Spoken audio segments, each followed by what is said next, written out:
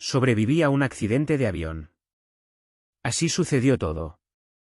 Hola a todos, nunca pensé que estaría escribiendo algo como esto, pero después de mucho tiempo intentando procesarlo, sentí que necesitaba compartir mi historia.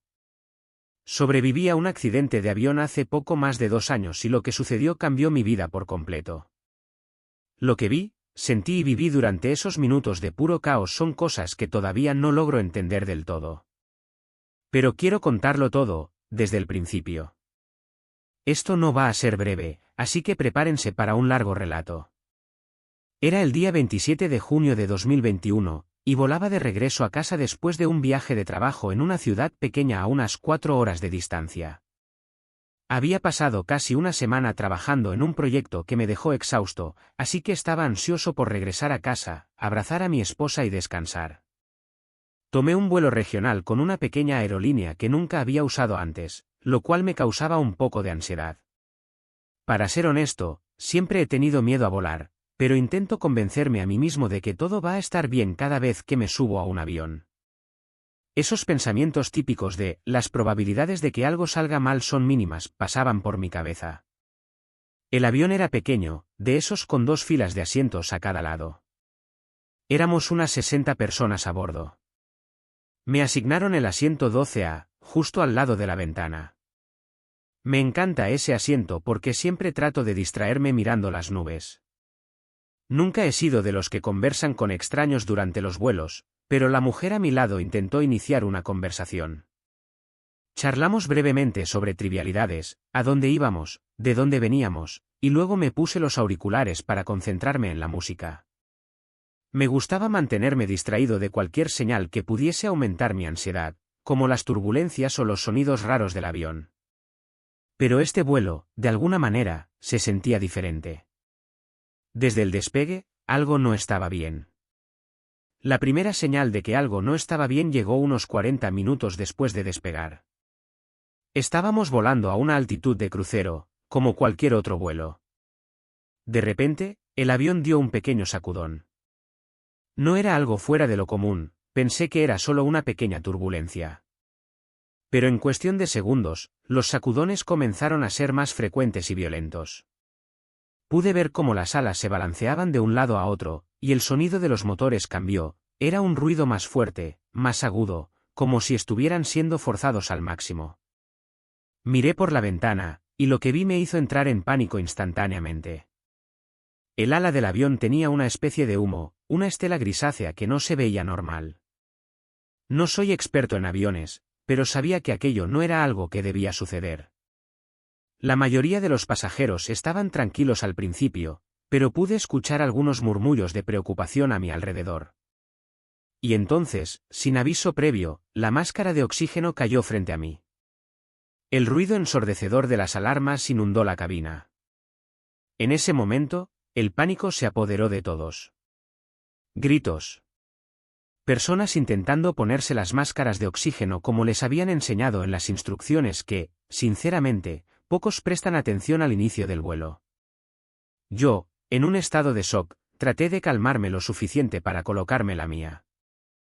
Los minutos siguientes fueron una mezcla de sensaciones que no sé cómo describir del todo, una combinación de miedo, desesperación y una pequeña esperanza de que, de alguna manera, lograríamos aterrizar.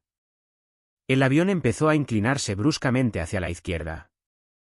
La sensación de caída era brutal, como si el estómago se me subiera hasta la garganta. Vi cómo la gente era lanzada contra los asientos, algunos gritando, otros rezando, y algunos completamente paralizados. El hombre frente a mí intentaba desesperadamente calmar a su hija pequeña, que lloraba a gritos. El caos era total.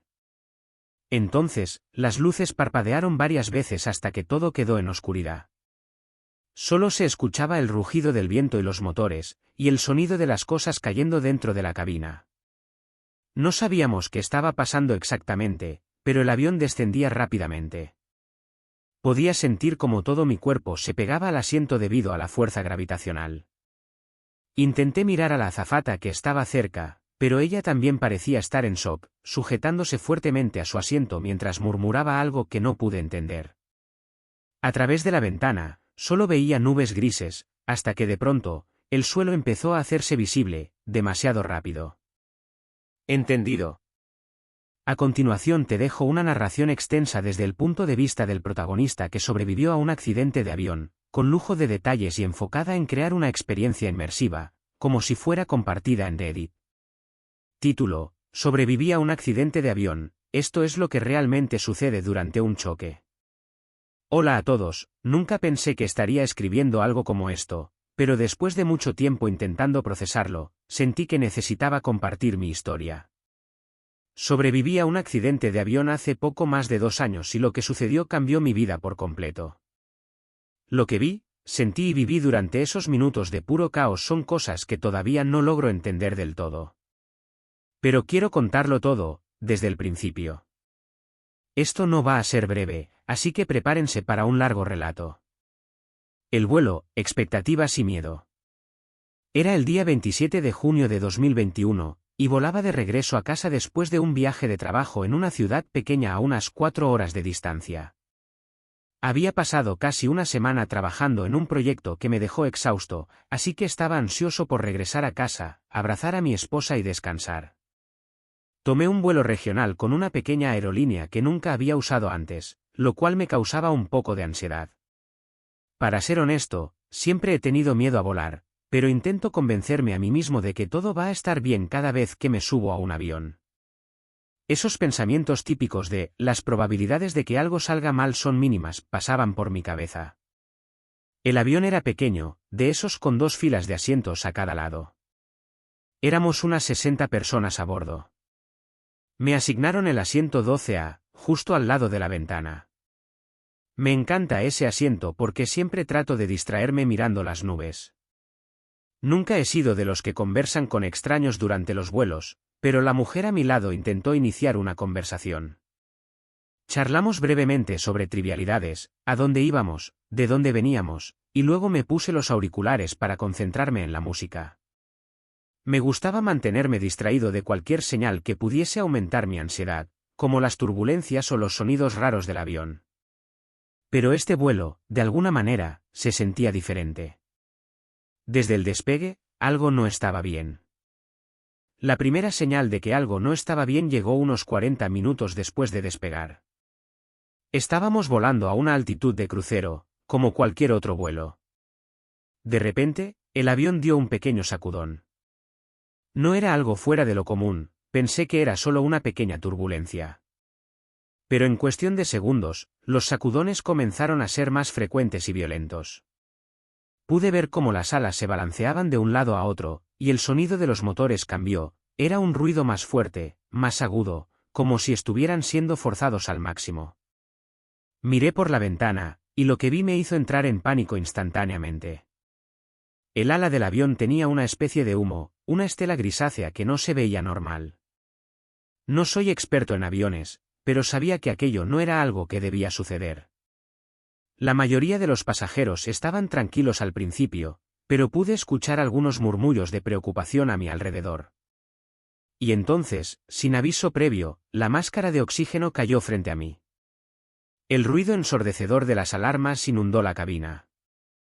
En ese momento, el pánico se apoderó de todos. Gritos.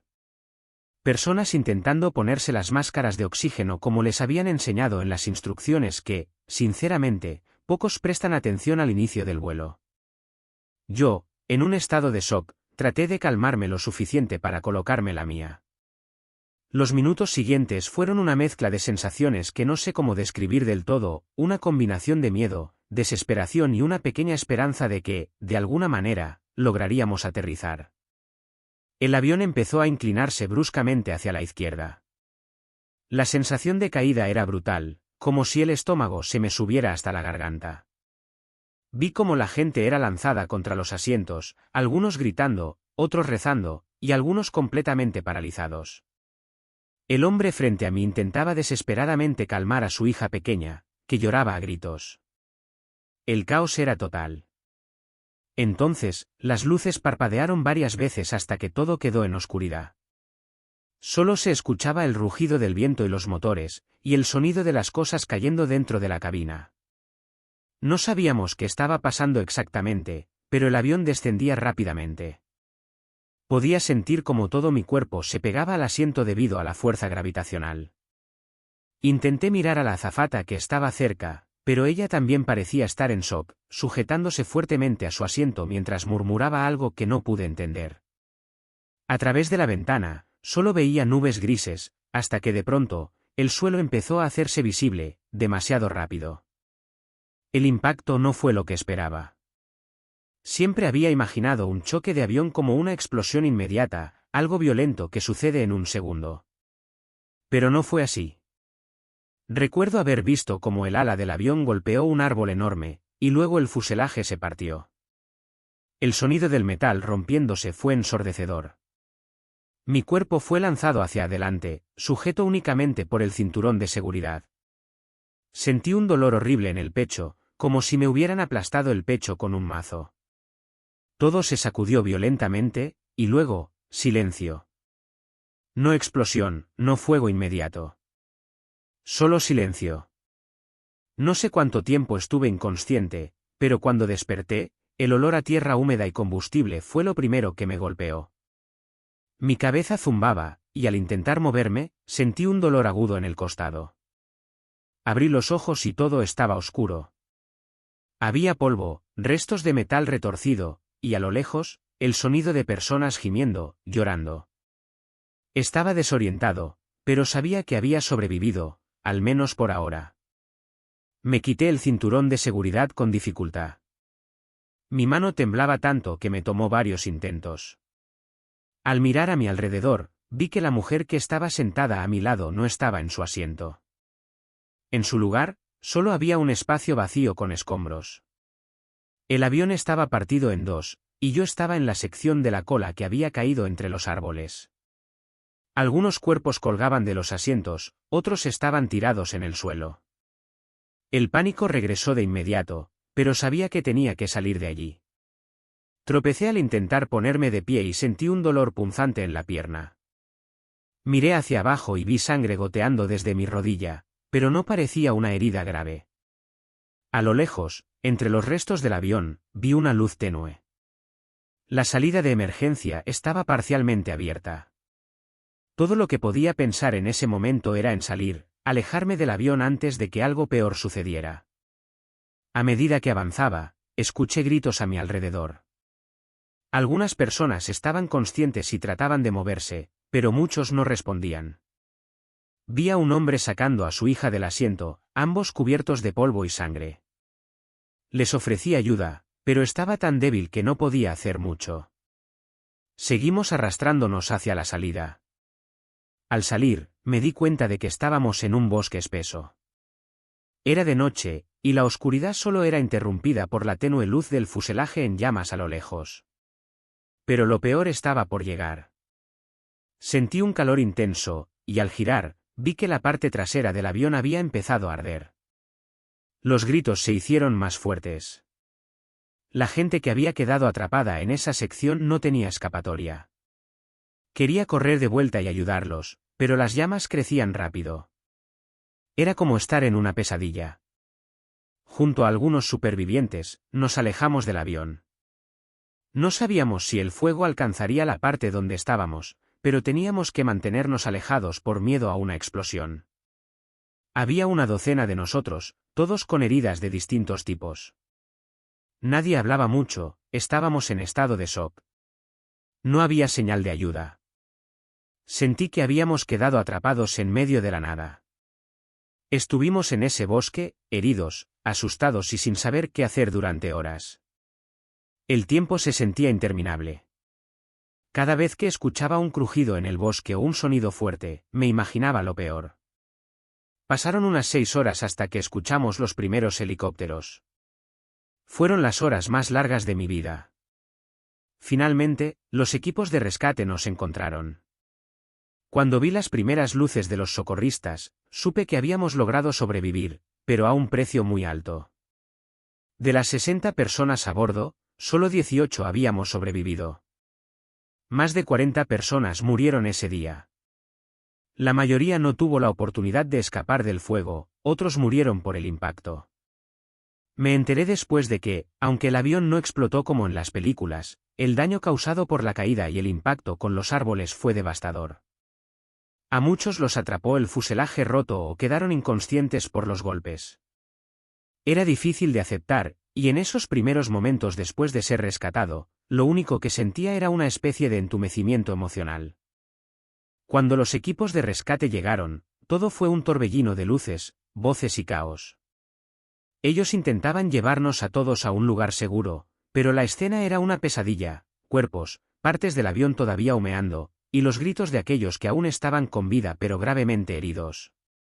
Uno de los rescatistas me hizo sentarme en el suelo, mientras me revisaban por posibles fracturas o heridas internas. Apenas podía procesar lo que estaba sucediendo a mi alrededor, y cuando me preguntaron si me sentía bien, no supe qué responder. Mi cuerpo estaba adolorido, pero era el shock lo que me tenía congelado. Lo más impactante fue cuando vi a los otros supervivientes. Algunos estaban mucho peor que yo. La mujer con la que había hablado brevemente antes del despegue fue llevada en camilla, inconsciente.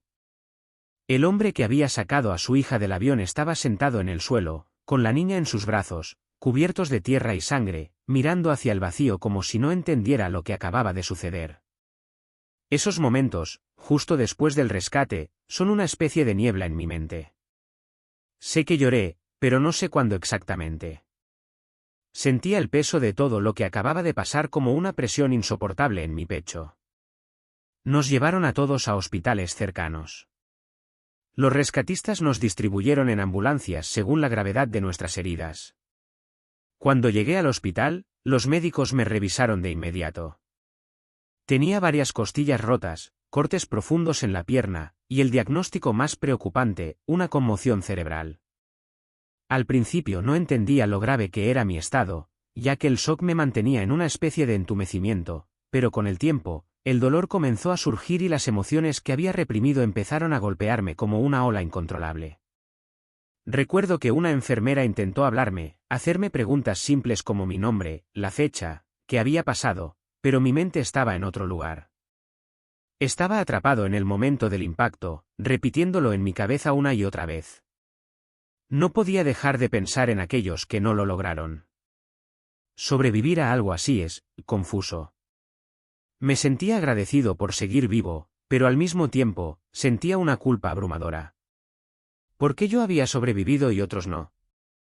¿Qué había hecho yo para merecer seguir respirando, cuando tantas personas inocentes ya no estaban? Los médicos me dijeron que necesitaría semanas de descanso para recuperarme físicamente. Pero lo que nadie podía prever era lo que iba a venir después. Los días siguientes al accidente fueron los más difíciles de mi vida. El cuerpo se recupera relativamente rápido, pero la mente, eso es otra cosa. La primera noche en el hospital no pude dormir. Cada vez que cerraba los ojos, volvía a revivir el accidente. El rugido de los motores, el grito de los pasajeros, la sensación de estar cayendo en el vacío. Los doctores intentaron darme medicamentos para ayudarme a dormir, pero ni eso me alejaba del terror que sentía. Y no era solo miedo, era algo más profundo. Era una mezcla de ansiedad, culpa y, sobre todo, impotencia. Sentía que había tenido tan poca control sobre lo que había pasado. Todo había sido tan rápido y tan brutal. Cuando salí del hospital, la vida no volvió a la normalidad como esperaba. Volví a mi casa, donde mi esposa me recibió con los brazos abiertos, pero yo ya no era el mismo. La primera vez que la abracé después del accidente, sentí que había un abismo entre nosotros. Ella estaba feliz de que estuviera vivo, pero yo no podía dejar de pensar en las personas que no habían regresado a casa. No podía evitar sentir que parte de mí se quedó en ese avión, entre los escombros. Las pesadillas se convirtieron en una parte constante de mi vida. Soñaba con el avión estrellándose una y otra vez, siempre diferente pero con el mismo final. En algunos sueños, yo era la única persona viva, en otros, veía a los demás pasajeros caminando por los pasillos del avión roto, como fantasmas, mirándome en silencio. Me despertaba sudando, con el corazón acelerado, y después no podía volver a dormir. También empecé a desarrollar un miedo irracional a los ruidos fuertes o repentinos. Cualquier sonido que se pareciera mínimamente a un motor de avión me hacía entrar en pánico. ir en coche por la autopista se sentía como una misión imposible. Me costaba concentrarme en el trabajo o en las conversaciones cotidianas. Mi mente siempre regresaba a ese momento en el avión, al ruido del metal rompiéndose y a los gritos que seguían. Después de unas semanas de lidiar con todo esto en silencio, mi esposa me convenció de que hablara con un terapeuta. Al principio me resistí. No quería ser el tipo que necesitaba ayuda para superar algo, me sentía débil por no poder manejarlo solo. Pero la verdad es que el trauma no es algo que puedas manejar por tu cuenta. Me llevó mucho tiempo darme cuenta de eso. La terapia fue intensa, por decirlo menos. Hablar sobre el accidente me hacía revivir todo una y otra vez, pero poco a poco empecé a procesar lo que había sucedido. Mi terapeuta me explicó que el trauma no es solo algo emocional, también es físico. Mi cerebro había quedado marcado por lo que viví, y necesitaba tiempo para reajustarse. No fue fácil. Había días en los que no quería salir de la cama. Otros en los que me sentía relativamente bien, solo para que un pequeño disparador, como un avión en el cielo, me derrumbara de nuevo. Una de las cosas más difíciles fue enfrentar el síndrome del superviviente. La culpa de haber sobrevivido cuando otros no lo hicieron me consumía. No podía evitar pensar en las familias de aquellos que no regresaron. Pensaba en los niños, en los padres que no pudieron despedirse. Durante meses, me obsesioné con leer cada noticia del accidente. Quería saber los nombres de todas las víctimas, quería saber quiénes eran, qué vidas dejaron atrás. Sentía que les debía algo, aunque no sabía qué. Sé que muchos estarán preguntándose si alguna vez volví a volar. La respuesta es sí, pero no fue por elección. Después de un año de terapia, mi terapeuta me sugirió que enfrentara mi miedo. No podía dejar que el accidente definiera el resto de mi vida. Tenía que recuperar el control. Fue una decisión aterradora, pero sabía que era algo que debía hacer. El día que me subí a ese avión fue uno de los más duros de mi vida. Cada pequeño ruido me hacía saltar. Cada vez que el avión se sacudía, sentía que mi corazón se detenía. Cerré los ojos durante casi todo el vuelo, respirando profundamente y repitiendo en mi cabeza que todo iba a estar bien. No fue fácil, pero lo hice. Aterrizamos sin problemas, y aunque no sentí alivio inmediato, fue un pequeño paso hacia la recuperación.